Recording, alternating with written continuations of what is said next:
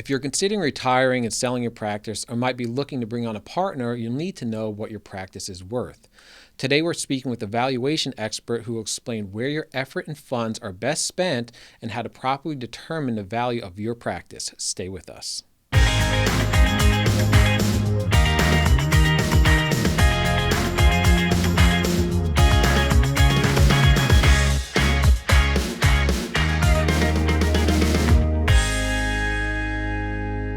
Welcome to another episode of Ortho Thrive. I'm your host, Richie Gerzon. Today, we have Chris Bentson joining us. Chris serves as a partner of Bentson, Copple and Associates.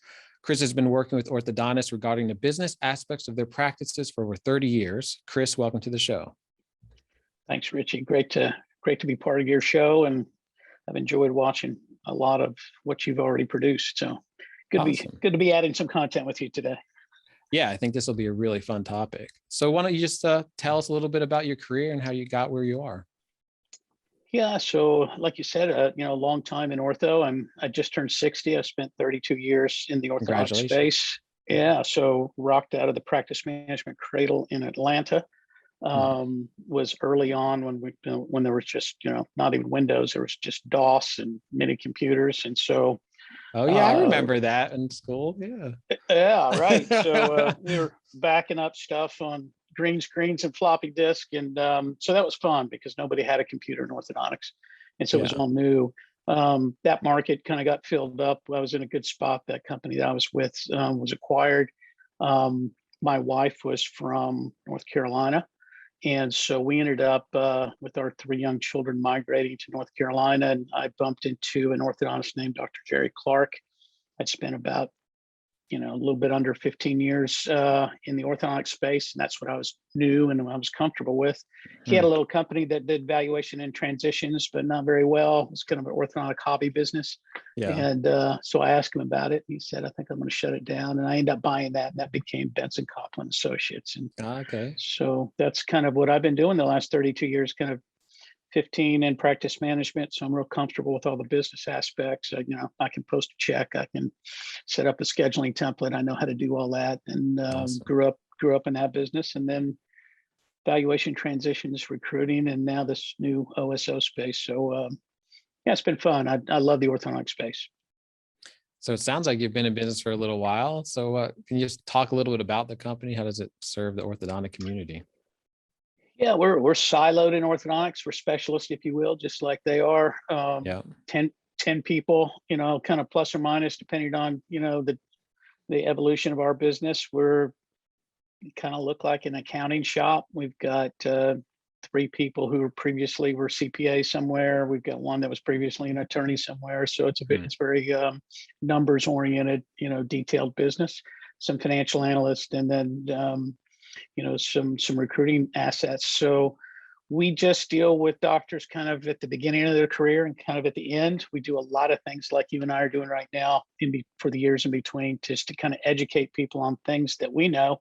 And we've kind of become known, I guess, in our space as the go-to people for information about, which way the wind is blowing in orthodontics, how hard is it blowing, what do I need to know? So kind of the trend analyzers, I guess, if that's a word. Okay, so can you just take us kind of loosely through the process of the valuation of a practice and just a few of the criteria that you generally are using to determine this figure? Yeah, why would you value a practice? Typically, it's because you want to have some kind of change in ownership, right? Yeah. So a lot of our clients are older, and this is the last, lapse around the track. And so they get the practice valued in preparation or as part of a transition to sell. Some value mid-career because they want to trade time for money, or they want to add a partner because they're growing so fast and so forth. So we'll value that practice. And so that's kind of the valuation piece. I mean, we start, with our older clients that want to eventually transition out. We really don't start talking about numbers. We say, listen, are you emotionally ready? What are you going to do when you're not doing this? That's a good question. Right? And sometimes that stops the train right there, because you have to be kind of emotionally ready. And then if you are, and you have a spouse and they're not, or a partner and they're not, we try to bring them into the discussion pretty early. how do they feel if I'm on the phone with your partner, your spouse, and I say he or she's going to retire, what would they tell me? No way, or should have done it 5 years ago. So you kind of have to be both on the same page there. Then we have to kind of talk about financially. Are you able to? Does this complete your financial plan, or is it done and this is gravy? Try to understand, what has to happen financially in order to elegantly, kind of get out. And after those two things are in line, it's a fairly mechanical process. We value the practice, just kind of like appraising a house. Then we got to negotiate, with a candidate or several candidates to get to yes. After we get to yes, we got to do legal. And if you can't find somebody in that part in the middle of, who do I negotiate with? We can go find somebody, or they have to go find somebody. So yeah, I was going to ask that. So do you help find a buyer for the practice too? We can, and that's probably the fastest growing part of our business is recruiting. It's the desires of the new and younger doctor base are much different today than they were when I got out. I'm not a doctor, but when I got out of school and started working, but most orthodontists polled, I don't know, 80% 30 years ago, they went to school to become a small business owner. Yes. Almost exclusively. You poll that same resident base today, which there's more of, 67 programs, 380 some graduates. 85% say when they get out, they'd like to work as an employee doctor for a period of time.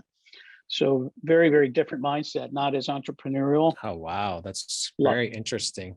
Lots of reasons. Kind of saddens my heart as an entrepreneur. But we find that, they want to work for a while, and 5 years later, they bounce out and they want to be an entrepreneur. They're just not as aggressive right out of school. So yeah, as they used to be. School debt has a lot to do with that. I think generationally they're probably healthier than my generation. We just worked, and that's what we were wired and taught to do. This generation is much more well-rounded and much more kind of has a global scope of things, and so true. Probably healthier people. And the gender mix is a little bit different. So when you get out of school, you're 30 years old.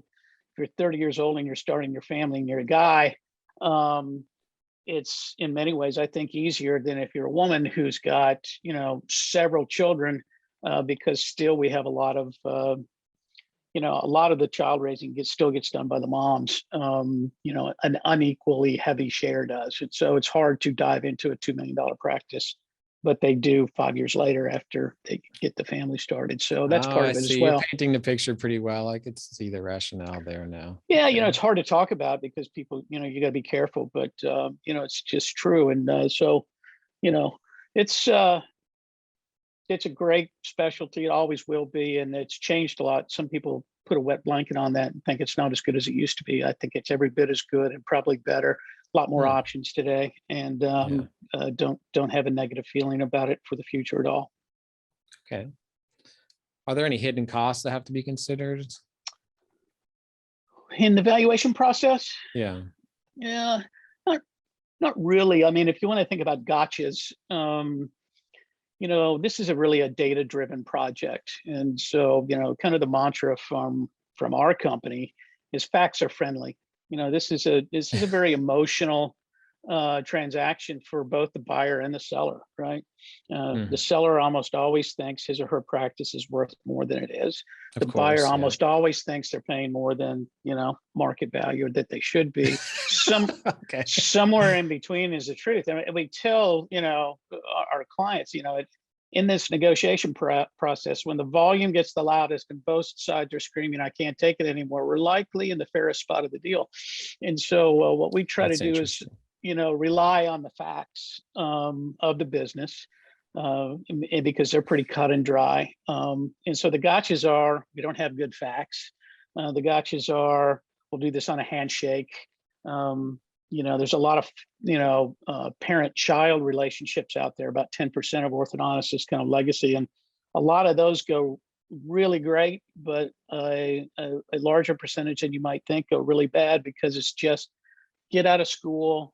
We'll figure out our business relationship when you get home and into the practice with the parent. And then, spouse is involved.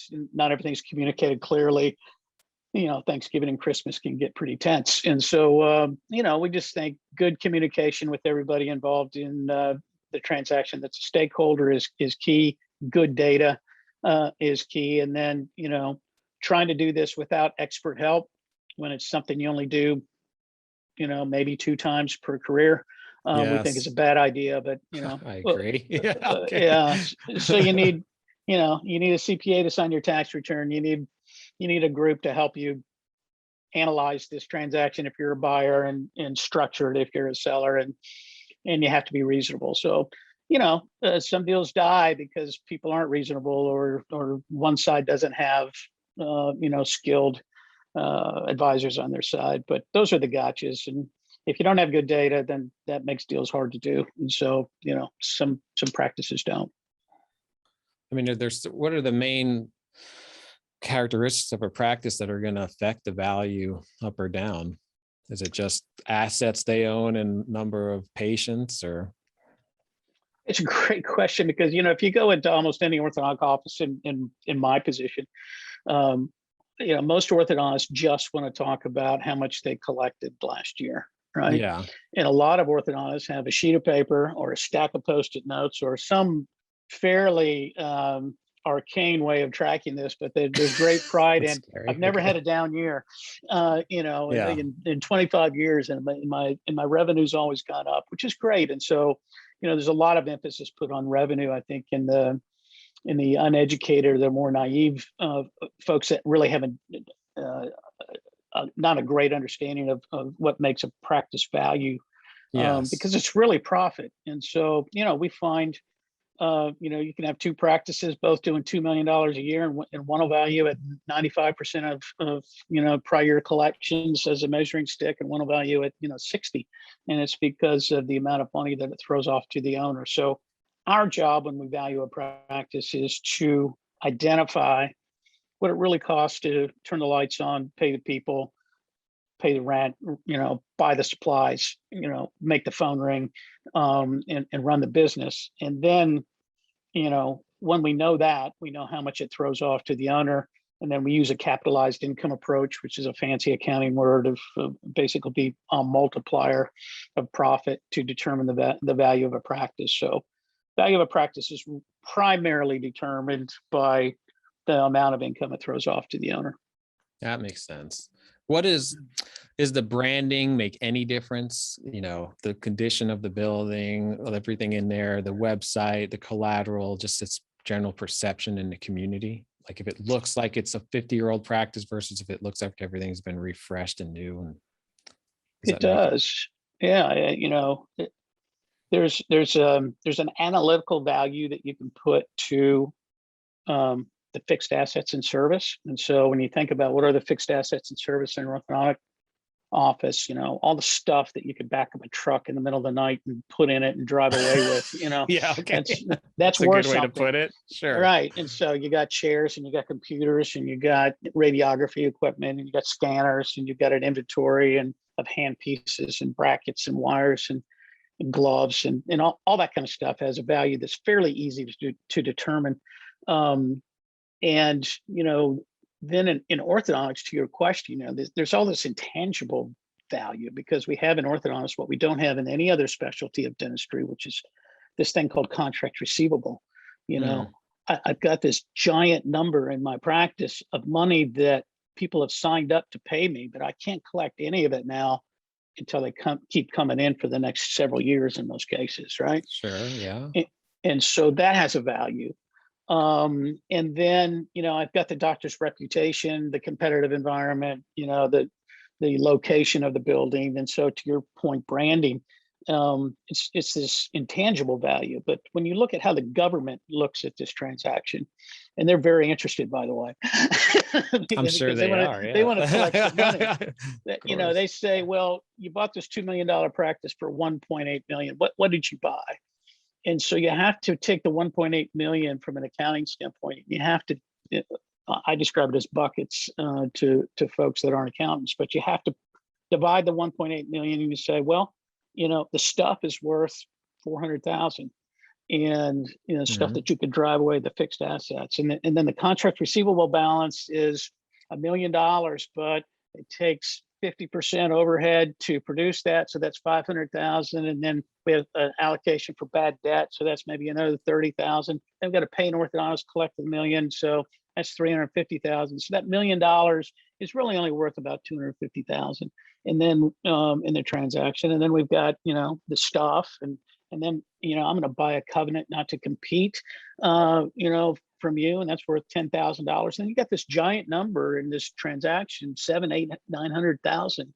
What bucket do I put that in? Well, the IRS says that's called goodwill, and that's your reputation. That's your branding. That's so your it is everything. extremely important. So that's what you're really buying is this, goodwill. And this is why this word transition is such a accurate name for this transaction, because in dentistry, sometimes because it's a production-based business, you filled a cavity, you got paid. You put on a crown, you got paid. The retiring dentist can actually be walking out the back door as the new dentist is walking in the front door, right?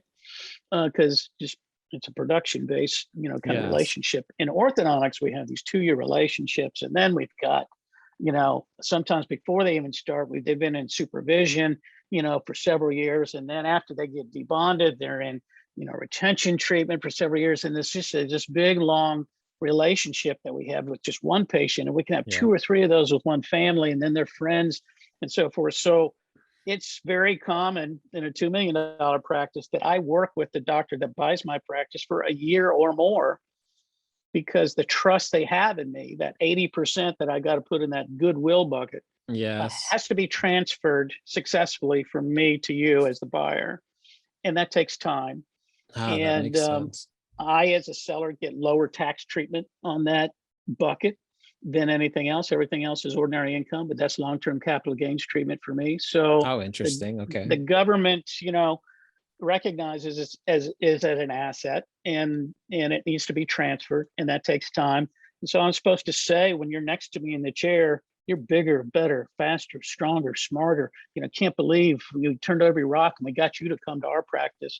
And that's supposed to set enough times, in a sense, transfer the trust that patient, their parents, the community, the referrals has in me to you, so that when I leave, they say, yeah, I'm in good hands. So branding is very important. So can you just walk us through the transitioning of an ortho practice? What does it look like? Yeah, so let's just say I'm 60 years old. I'm 5 years away. I heard Chris speak at some meeting or on this podcast, and I call him up and I say, I think I want to retire when I'm 65. So I'll go through the first thing. What do I do? How does this work? I'll say, well, on a 1 to 10 happiness scale, with 10 being I'm thrilled on Thursday afternoon, and 1 being, ready to put a fork in my head. Where are you on Thursday afternoon right now from a happiness level? And that may give me some kind of gauge of just kind of, that emotional component of how ready are you not to do this. Orthodontics is pretty cool in that there's a lot of technology that's come along the way in the last 20 years, that if my hands and my eyes aren't as good as they were when I'm 30, there's technology that can, accommodate for that. And I can practice. Absolutely. I can practice into my 70s, well into my 70s if I want to now. So it's just, emotionally, how are you doing? Financially, how are you doing? Do you need to save a bunch of money in the next 5 years? Or are you ready to do this now if we trip over the right person? And then how long does this take? It takes a minimum of 6 months for my shop, typically, to get this project done if everything goes perfect. So it takes me about 90 days to send you a homework assignment, to send me a bunch of numbers that I can have my team kind of organize into a meaningful view for a transition or evaluation. Then I need to come to your office. I need to trust and verify and kick the tires. Is this stuff that you say is in your office really there? And then I'd like to take a look around and say, who else is around here doing what you do? And where are your referrals? And where are the schools? And if I have a 30-year-old that wants to move to this town, or 30-something, where would he or she live? And how much would a house cost? And so, what does that environment look like? So that's a 90-day kind of project. Then I have a book on the practice that I could show to somebody And if I have somebody to show it to, hopefully I have more than one, Yes. but maybe I only have one, but then I got to go through that. And we just represent one side of the transaction unless you're related. And so I'm advising for the seller in this case, and they've got to get an advisor. So, we got to go back and forth because almost every deal point, what's good for the seller is not as good for the buyer and vice versa. So there's some natural conflict in this transaction that has to be worked through. And then, we get to yes on that. Then we got to look at real estate matters. Do you own the building? Do you want to sell it to me? Is it leased? Can I get a lease? So we have to work through those kind of things. Then after we agree on all that, you've got to go to a bank and say, I need $1 million and I've got $1 million in school debt. Where does that happen? And how does that happen? Does the seller have to be involved in that financing at all? And so we've got to work out those pieces. Finally, those pieces are all worked out. And now an attorney kind of has a mini book, 15 pages of what we've agreed on that he turns into 80.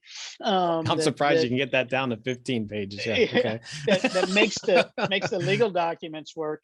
Yeah. And then we kind of wait for the closing. And it's interesting, you go through all this and you spend some money and you can actually close this, over, at your kitchen table. You don't have to be in a boardroom. You don't have to have it notarized. Wow. You just sign some stuff, fax them in, sign some stuff, fax them in. Here's the keys, and it's done. And so it's interesting. So that's got to be a very emotional moment when all that's happening. Literally hand the keys over. Yeah, orthodontists tell us, why we poll the residents. Why did you want to do? Why did you want to go to school for 30 years and go through? Not only 4 years of undergrad, but 4 years of dental school, and then 2 or 3 years of specialty training. Why did you want to have on average 600,000 in school debt? And they say, they want to make a difference in people's lives is the number one answer by far over anything. That's else. Awesome. Yeah. That's and that's what's fun about this job. It's, I tell people what I do. It's kind of weird. How'd you get in that? Wasn't really, you didn't wake up and go to college and say, this is what I want to do, but it kind of just happened, that way for me. But, that satisfaction of seeing that transaction happen and the baton being passed successfully from one generation to the next is quite satisfying for us. And that's one reason we enjoy it so much. Wow, it does sound it sounds pretty amazing, actually. Yeah. All right, so the doctors, when they do sell, do they ever just stay on as an employee, or do they always generally just leave? Yeah, almost always there's that period of working together. So historically, it was the young doctor coming in, worked for a while, and then it was very elegant to say, he or she is so darn good, and I'm ready to go. So I'm passing the baton to yes, Richie, and so we still do a lot of deals like that where there's that time working together. Sometimes if I'm 60, 65, and it's harder today to find a buyer in most geographic environments than it was 10, 15, 20 years ago, I'll sell the whole practice to you day one, but then you'll hire me back as a reverse associate for a year or two for a scheduled predetermined period of time. And so we still have that time working together, but the ownership transferred right away. That's to protect the older doctor from you not executing. Absolutely. That's the way I would probably prefer it. When you buy a new car, the week after you're going, should I really have spent all this money? Then there's that kind of, it always happens. There's that kind of buyer's remorse time period. And, and you can risk, losing somebody. And then you have introduced this doctor to your team, to your patients, to the community. And 6 months later, they're gone because for whatever reason, they didn't want to go through with the deal. That, and then I have to do that again. Exactly. And then I've got to not only answer all the questions from those people, but I got to answer the question from this candidate. Hey, why didn't it work with Chris? So what's wrong with you? Oh gosh. So, to avoid that, we do it. But to answer your question, almost always there's this time of working together. How it's structured varies. And then there's this whole partnerships are, just a different breed and different animals. That's where most of the ugly stories are, is, partnerships gone awry, and they go awry kind of, not at the same pace, but, in the same ways that, that kind of personal relationships don't work out. Usually it's around control, it's around money, it's around communication, and that's the reasons partnerships typically don't last if they don't. But those are most of the ugly stories in orthodontics are around partnerships that dissolved. That makes sense. All right, so let's say they're not retiring, we're not getting rid of a partner, but they're growing. I need some help. Let's take on a partner. What does that look like? Yeah, partnerships are just, it's a longer process because you really are getting married business-wise to another person. So you need to be compatible. And then if both partners have, a spouse or a partner, we really think they should be included in the mix and at least understand how the numbers are going to flow. Because a lot of times the doctors that are working together can get along quite fine. But if you're going home and that hasn't been explained clearly because either you didn't know how to, or you didn't understand it, or they weren't part of the process, it can start to cause some friction at home that you end up taking to the business later. So we try to include everybody. Interesting. Yes. In the deal, make sure that everybody, and then when you have a partnership, you have to consider, we say, the three tenets of a good partnership, or, how do I get in it? How do I act when I'm in it, which is around governance and compensation? And then how do I get out of it? If all those three items are clearly defined and spelled out in the framework of the partnership, we have a pretty good chance of that being a positive partnership. But you have to. But when you're considering how do I get out of it, you have to consider ugly things. Okay, that the most common was, because we have a generational difference. I'm 60, you're 40. Is that, what happens if I become disabled, if I die? How do you get my half of the practice back so my estate can get whole, so my wife's cool, and then you can get half the practice back so you now own it and you can have something to sell. So that's done with, in business, you'll hear the term key man insurance. In this transaction, it's a buy-sell agreement, which is basically handled with, most cases, with cross insurance on each other, where you have a policy on me, I have one on you, and if something happens to one of us, it's the policy value is worth half the practice, half the business. And so you get a check for half the business. So that's how you get my half back. And then you pay that to my estate. So my wife is cool in my situation. So she got paid for half the business. You didn't have to go to the bank. It was handled by insurance. And now you own 100% of the practice and you can bring another partner in. So you have to. Oh, that's a good, I've never heard of this method of doing it. That's a good idea. Okay. So the legal documents are thicker, right? And then you have to say, well, what if one of us gets divorced and, the doctor wants to move to Tahiti because he or she has fallen in love with an orthodontist there, that can happen. Or just, what if you just want to break up because you're not getting along? We're involved in several of those at the moment. And, so there needs to be a method by which you can contemplate, good things happening and bad things. And then ultimately, if nothing bad happens, we work together for 20 years plus or minus. And then the document needs to speak to, okay, how do I get out? You go to the document, you haven't read it in 20 years. And it says, okay, we're supposed to get a valuation, and then you're supposed to go to the bank and you're supposed to pay me for half of it. And then you can hire me back for up to a year. I need to give you a year's notice, and it'll explain how that transaction is supposed to go down. And so, that's kind of the Bible is if it's done well. And that's what we kind of pride ourselves in partnerships. I mean, when you look at the breakdown of 10,000 orthodontists, 60 some percent are solo practitioners, so they don't have to mess with partnerships. About 20% right now and growing are in partnerships. So it's a smaller number, but we have to do those right. And we think if you structure them correctly, if you handle how do I get into it, which is about payment and price and tax effects, and you want to drive a Ferrari, but I want to drive a Buick because we got age differences and debt differences. We got to be able to true those kinds of things up. You want to run season tickets for a sports team through, but I don't care about basketball, but I do care about whatever. You got to figure out all that kind of stuff. So there's a lot of work to a partnership that you don't have in a solo practitioner, but done well, they're quite successful, and we're seeing more and more of them. Do you see more partners being added or more just hiring another doctor as an employee? The latter, more the doctors being added as employees, because, you know, when we look at corporate dentistry, which is just blowing up right now, what we see is, you know, most practices have more than one location to practice in.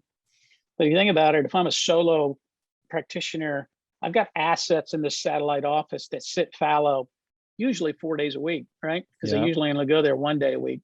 Absolutely. And so what corporate can do better than us, if we're solo or even small groups, is they can exploit those assets and get more out of them.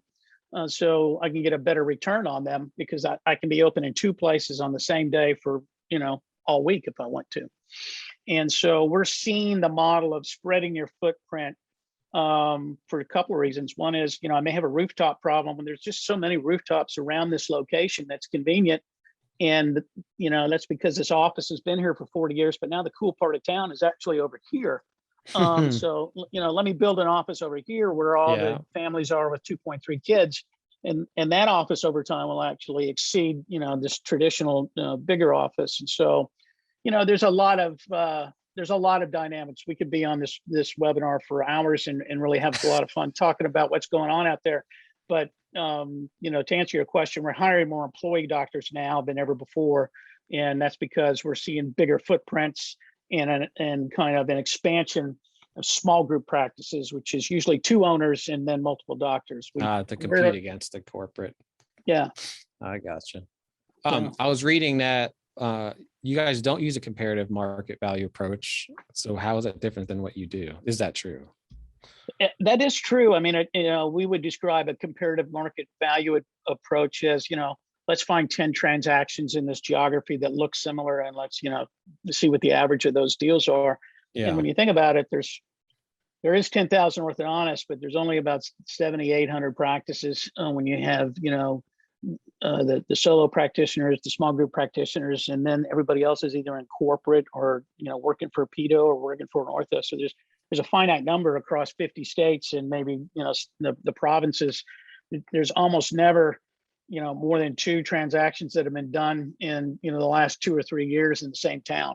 And so you don't have this ability to compare to stuff. It's not like buying or selling a house. It's not really right. We just don't have that volume. And the analysis that we do is, you know, this really is as much science as art in the valuation side.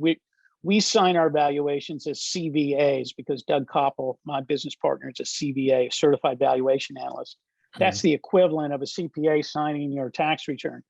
And so you have to go to school, you have to take, you know, educational hours every year to maintain that equivalency and those initials. And then on my team of 10, you know, I've got 3 people that practice as CPAs in their prior life. 1 was an attorney in their prior life. These are very professional deals. And so you follow essentially an accounting set of guidelines to determine a capitalized income approach value of your practice. And so, you know, we're one of the few, not the only ones, but we're one of the few that have that designation that do that. What we find is when our transactions get put to the test from the other side, you know, the advisors on the other side usually say, gosh, this was really well done. I don't really have a debate here. And we find that the value that we determine is rarely moves unless we're coached to move it for reasons outside that are the desires of our client. And so, you know, a market analysis is really hard to do in ortho. It's almost never done. There's some firms that play around with it. We probably have more data and more orthodontic deals than anybody in the world. And we don't do it. We don't do it because we don't think it's the most effective way to derive value, because it's just comparing similar looking deals and there's just no 2 that look alike. You know, you can have $3 million practices that look alike on the top, but they can be 50%, 60%, and 70% overheads. And so when you're doing a comparative analysis, what you know, what data do you need? And you can still have it very clear when you say it like that, because you're saying profit is so important in the valuation. Okay. Yeah, so that's why. So yeah, it's a process that needs to be taken seriously. It's a big deal. I mean, besides, you know, when you think about what you buy in your lifetime, you're going to buy a home to live in. You might buy a second home if you're an orthodontist. You might buy an airplane. But if you buy a practice, this is going to be probably worth more than your house. It's probably going to throw off more income than, you can ever imagine. And so it needs to be done well. And you need to pay somebody to help you through that process, in our opinion. So if you're the buyer and how do you know if what you're buying is worth what they're saying? It's because your team on your side is just experienced and know what they're doing. Is that really the best way to know? I don't think so. I mean, there's an accounting, model called a cash flow pro forma, fancy word for show me if I do this deal, what my life might look like over the next 10 years, with debt, principal, and taxes thrown in. So anytime that we're involved in a transaction, particularly a partnership transaction, where we have to show the doctor that's our client how their income is going to be affected when they bring this new, set of hands into their world. And then we have to show the new doctor what their income possibilities are in this, relationship with two doctors. We do a 10-year cash flow pro forma that's tax affected. What does that mean? Well, we know what the collections are. We know what the overhead is. And so we know what the profit is of the practice after we take out all the goodies, right? Yes. And so then we have to say, here's the comp plan. And there's, that's a science as well as an art, but probably more of a science. And so here's how we're going to pay you to. Sometimes there's a differential in the early years. Sometimes there's not. And then here's what's left over. Now, your tax situation, Dr. Seller, is going to be this, overlay that. Your tax situation, Dr. Buyer, is going to be this, overlay that.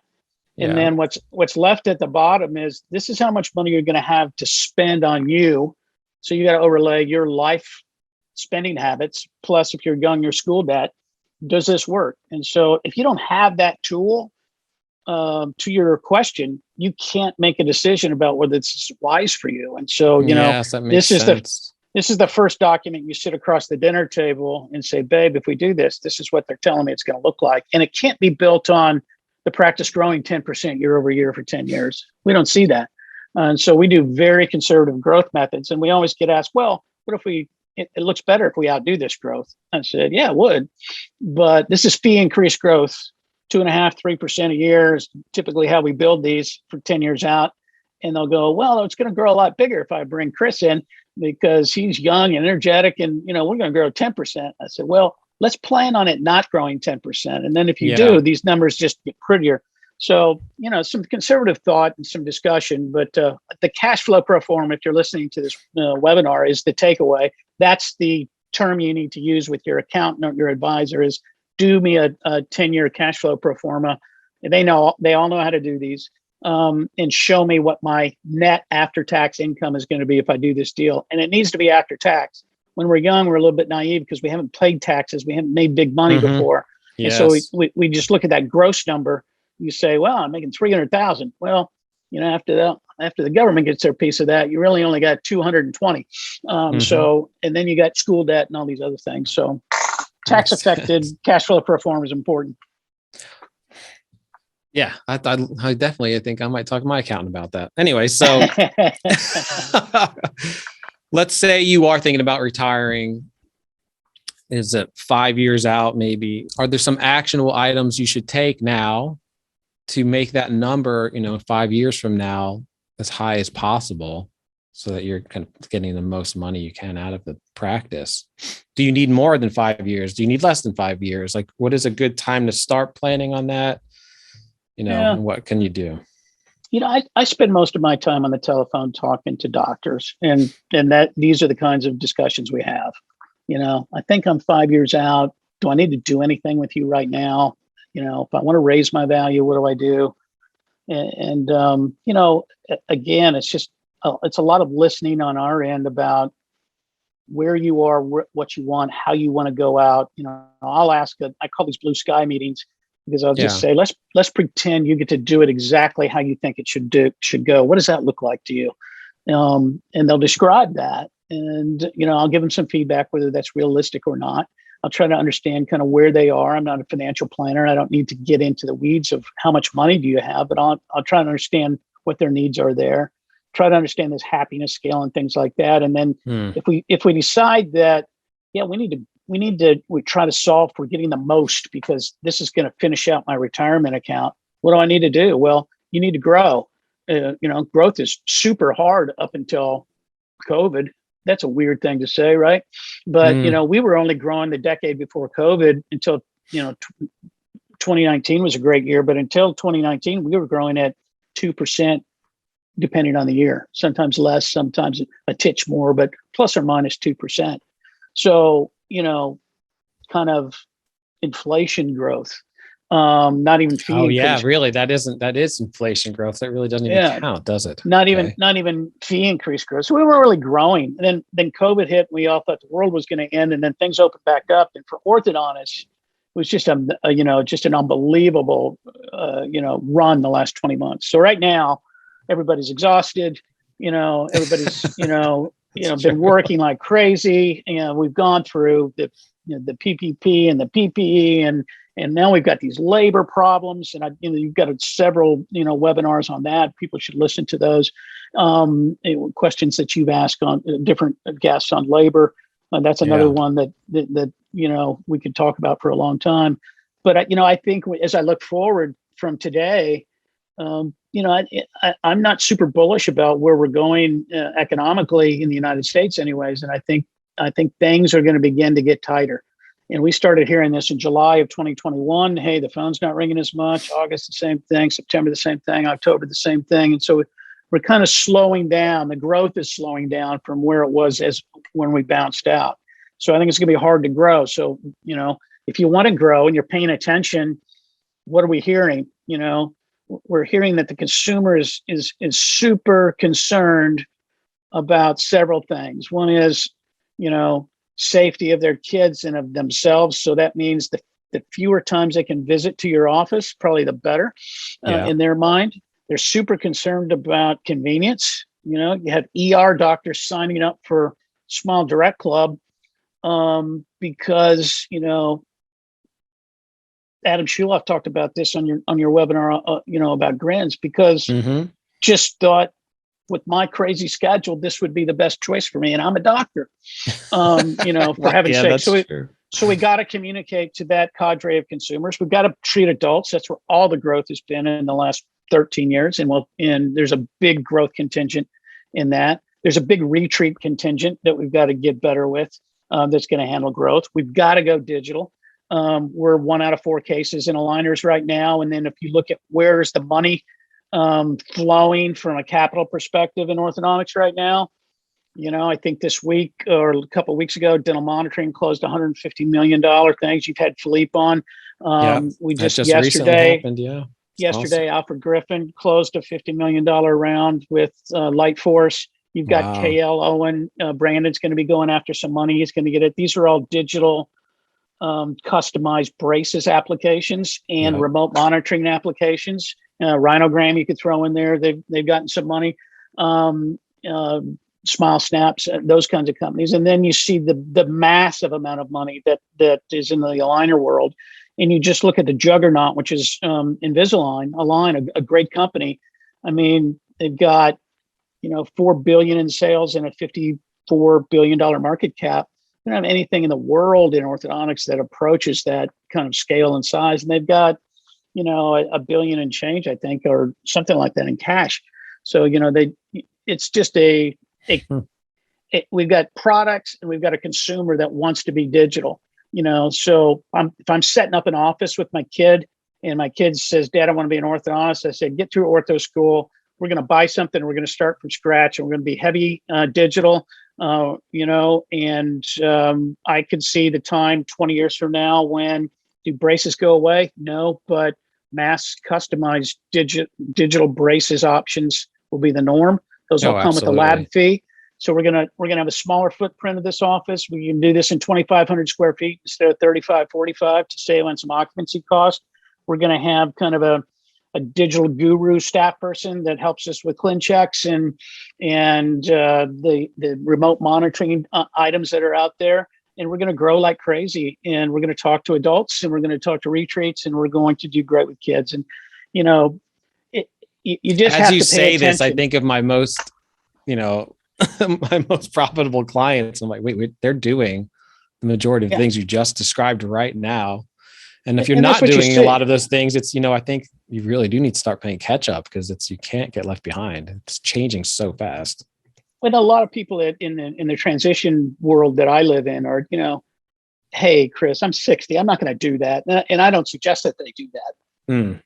And so, on that happiness thing, I say, listen, just spend money on, if you want it to finish out your career, if you want a laser, go buy a laser. But if you want a cone beam and you got 5 years left, I'm like, you know what? I think you missed the cone beam time. Don't do that unless you're just loaded, right? I mean, because you're going to spend 130 to 150,000, whatever those are right now. Maybe that's not a wise investment. It's not like a kitchen where dollar for dollar you're going to get out, that remodel money. So, it's good, but you gotta be smarter today. And I think, the biggest advice I would give a young doctor, mid-career doctor, even heading into how can my practice be the best it can be for full valuation, you need a Sherpa. I talk about this a lot. I'm not in the back pockets of any practice consultant, but there's about 60 of them in ortho that everybody's heard from the podiums. And you guys are one, really. I mean, in a sense, you're consultants, and you can go into a practice and you can make it perform at a higher level. And you ask yourself, why don't people use you more? You've got the data that shows if you spend money with me, your practice is going to go up and be healthier.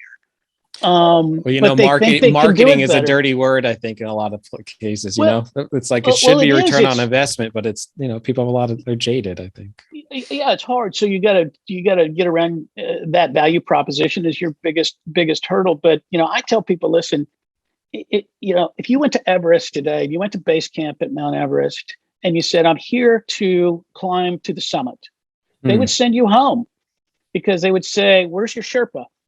And you say, I don't have one. And they would say, well, we've made a law, and they did this about 5 years ago, that says you cannot go to the summit without a Sherpa. Why? Because there's too many business casualties. There's too many casualties on the mountain. Too many people get hurt. Too many people die. So you have to have someone to show you how to do it, so we don't have all these casualties. And the same way in business. So, you look around at the practices that do the best. You just described it yourself. My clients, that when I think about what I'm talking about to grow, they're doing these things. So you need more clients, right? And that'll be healthier practices, and that'll be higher values for these practices. But we don't do that. The data is very clear that only 25% of people ever pay you money to help make the practice bigger, any consultant. And that really baffles me. And I think that's something that we need to knock down. And people, I'm not saying just willy-nilly go hire people just because Chris said to, but oh no, I can tell you, of course not. I can tell you that, when we value practices and we find that you're in there, or many of the guests on your shows that have been in there, I had Leanne on not too long ago for your 50th show or something like that. And some other folks, when they're in there, and we look at the numbers, they all outperform their peers in almost every measurable operational and financial metric. So, a big takeaway from this, if you're listening, is, you can't do this all by yourself. You're smart, but you're not smart enough to do this by yourself. You need somebody to hold your hand. And if they're not working out for you, get another one. But the money that you pay them, it gets returned many, many fold what you spend in almost every case. I agree. Well, of course I agree, but the numbers are really what matter. We used to say when I was an analyst in aerospace, show me the data. That's really what matters, isn't it? Yeah, facts are friendly. All right. So if someone is interested in talking with you, what should they do? How should they reach out to you? I have conversations just like we're having right now, when I'm in the office all day long. So look us up on the web. We're bentsoncopple.com. My name's spelled really weird. It's got a T in it, BENTSONCOPPLE.com. And then 1-800-621-4664. You can look us up and dial us up and just get put on my schedule. These don't cost you anything. We do a lot of discussions. If there's a product that comes out of it, you'll decide if that's right for you or not. But thanks for disseminating great information. Thanks for having me today. It's been a blast. Yeah, I've had a great time. Is there anything else you want to cover before we wrap it up? If you give me a second, that I just would promote a meeting that's coming up, sponsored by the AEO in January in Orlando. It's the AAO winter meeting. Had the good fortune to work as a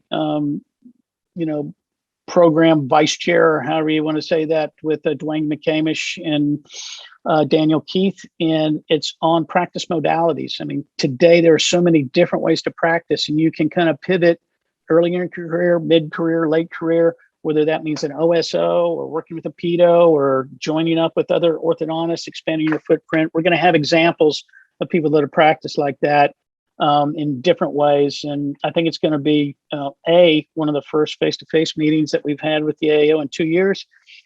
There's also a virtual component to it. So if you're not comfortable coming to Orlando in January or can't, you can hit that virtually. But I didn't include you to sign up for that. OSO's leadership will be there and so forth. And I would just end with, there's a lot of change in dentistry. There's a lot of change in the specialty of ortho. I think the future has never been brighter for an orthodontist. You have modalities to practice in that you couldn't have dreamed of or didn't exist 10 years ago. There's great income opportunities across the board. You can make as much or really modify your schedule to work as much or as little as you want and make great money. And you can change people's lives for your whole career. So that's what this thing's about. And I'm not afraid that the specialty is in any way going in a negative direction. Well, that's great to hear, especially when you're seeing the numbers. Well, Chris, it's been great having you on the show. Thanks a lot, and I hope to see you soon. Thanks so much, Ray. There are a lot of reasons you need to find the value of your practice. Are you retiring? Are you bringing on a partner? Are you getting rid of a partner? Whenever you're having these big transitions, you need to find out the value so that you can make this transition happen smoothly. And Chris really did a great job of explaining when you need to get that valuation, what the process looks like, and how you can really move forward and make sure that it works with the future you want for yourself. If you want to be a guest on the show or have an idea for guests, go to orthothrive.com. You can reach me at richard@orthosalesengine.com. Keep grinding, keep thriving, and I'll see you next time.